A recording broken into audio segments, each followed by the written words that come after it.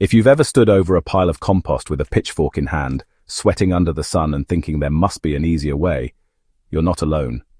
Compost is wonderful, but the truth is, the constant turning can be exhausting and discouraging, especially if you're managing larger gardens or tight schedules. Today I want to share how I managed to produce rich, dark, crumbly humus all season long without ever turning a compost pile. This is a low-effort, high-reward method that keeps the soil alive and productive with minimal fuss, and it might just change the way you think about soil building. The key is letting the soil do the composting for you.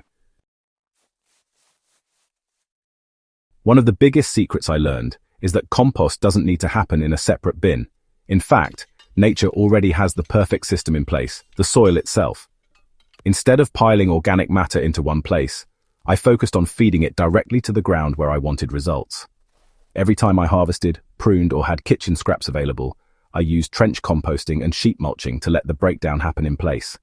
By burying banana peels, coffee grounds, weeds, and leaves just a few inches beneath the soil surface, I gave soil microbes exactly what they needed while saving myself the heavy lifting of turning. Another step was creating consistent mulch layers on top of the soil. Think of it as feeding the ground from above.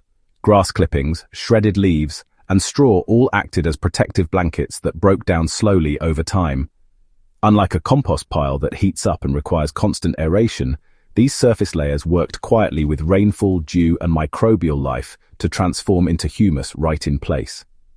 The added bonus was that weeds struggled to compete, moisture stayed locked in, and I could walk into the garden every day seeing the soil becoming darker and richer without lifting a fork. The real stars of this method are not me but the creatures underground. By leaving organic matter in place and keeping soil covered, I created the perfect habitat for earthworms, fungi, and beneficial bacteria. Worms pulled material deeper into the soil, creating tunnels that improved drainage and aeration, while microbes did the heavy lifting of decomposition.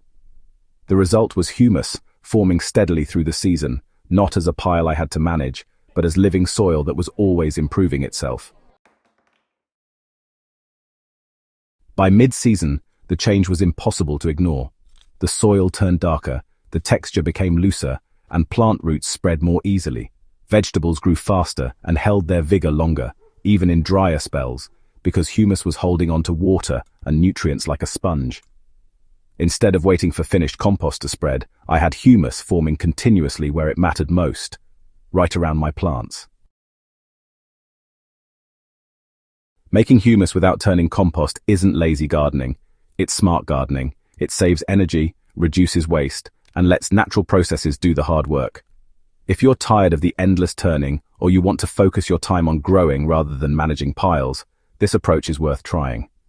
Your soil will reward you with resilience, fertility, and season-long productivity. So, if you're ready to let your soil take over the job of composting, start feeding it directly and watch humus build up before your eyes.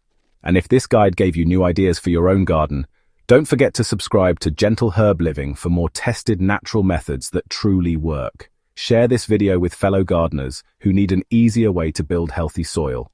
They'll thank you for it.